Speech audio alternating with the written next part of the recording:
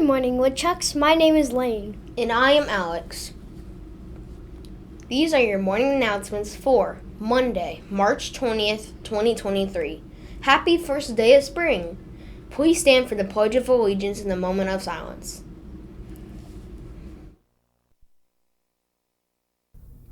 I pledge allegiance to the flag of the United States of America and to the republic for which it stands, one nation, under God, indivisible, with liberty and justice for all.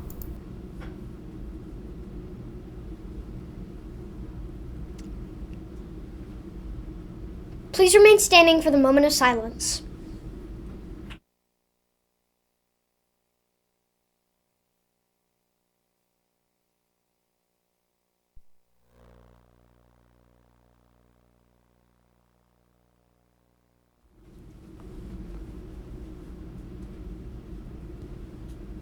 Please be seated.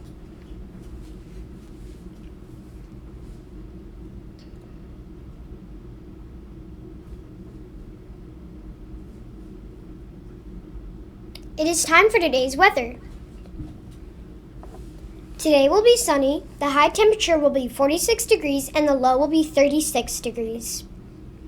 There's a 0% chance of precipitation today. We are currently in a high air pressure system.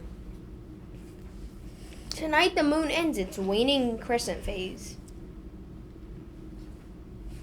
Today's lunch choices are cheese pizza, macaroni and cheese with hush puppies, sloppy joe on a bun, or chef salad with flatbread. Please remember that lunch choices can change during the day. We want to wish a happy birthday to the following Woodchucks.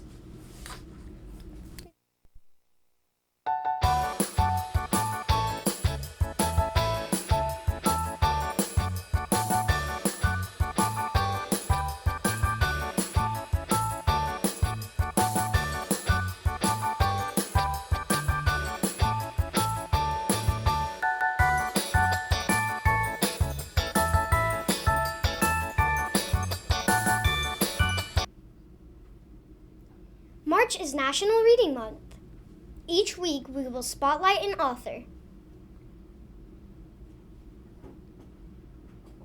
This week we are highlighting Gordon Korman.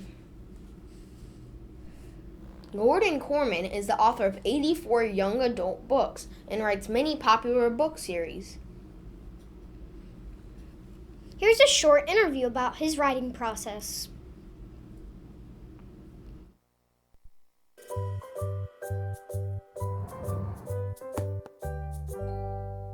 What makes a good story? What I think makes a book a page-turner is primarily the characters. You have to really, really care about the people who are in the story. And what's at stake for them has to be really, really important. How do you decide the narrator's voice? Well, I think that the main character is obviously the protagonist, the person who makes it all happen. That voice, I think, is the one that really has to be kind of relatable to the reader. You know, you need to sort of say, not necessarily that's me, but you need to be able to see the situation of the story from over the shoulder of that narrator, that main character. How do you start a story? I sort of set myself the task of making that story as interesting as possible, as quickly as possible. So for me, I find a place that gets you as far into the story as quickly as I possibly can. How do you end a story? I'm a huge planner. I always know the beginning and the ending of a story and at least 2 or 3 incidents from the middle. So in a way, when kids talk to me about their writing problem and they're like, how do you end a story? That's the hardest part for me. I usually know, if not exactly how my story will end, I know the kind of ending that I want. I mean, every story sort of sets up a conflict or a problem, and the end has to address that. Now, it doesn't have to address it in a totally predictable way. In fact, it's better if the ending can be unpredictable. You want those twists. but I certainly know where I'm going when I start a story. So for me, ending is not usually the hardest part. Do you rewrite your stories? One of the things that I like to do in revision is work on my dialogue, because it's really important to me that my characters should talk like real people. Even something as simple as, how does a character say hello? Does he say hi? Does he say yo? Or what's up?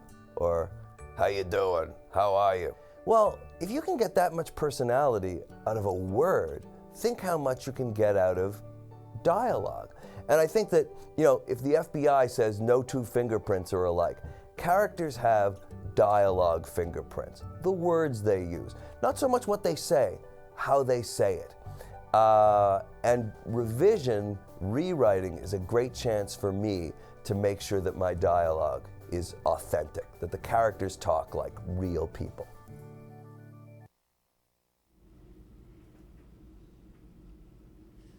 Don't forget about the book fair family night tonight from 5 to 7 p.m. The book fair continues until next Wednesday.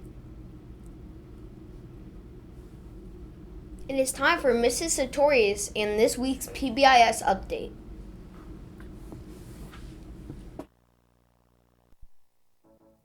Congratulations, Woodchucks! We have some classes who have met their class goal. First up, we have Miss Anderson's class in first grade. Their goal was to use self-control to not interrupt, and they earned a movie party with popcorn. Congratulations!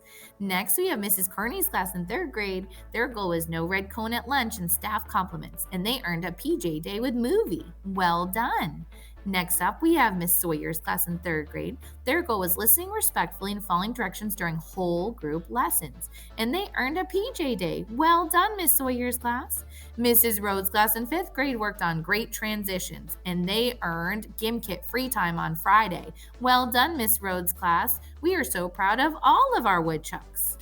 And to our students whose Golden Woodchuck slips were pulled on Friday, congratulations to all of you. We are so proud of you for going above and beyond, helping out friends, doing your best for your teachers, following directions the first time. We see you and we applaud you. So remember, be respectful, be responsible, be safe, be diligent, and be kind. Until next time, Woodchucks. Attention, Woodchucks. Don't forget that this Wednesday is Read Your Socks Off. Wear your craziest socks to support Reading Month. Let's say the Woodstock way together. Be respectful, be responsible, be safe, be kind, and be diligent. Have a wonderful Ohana Woodchuck Day.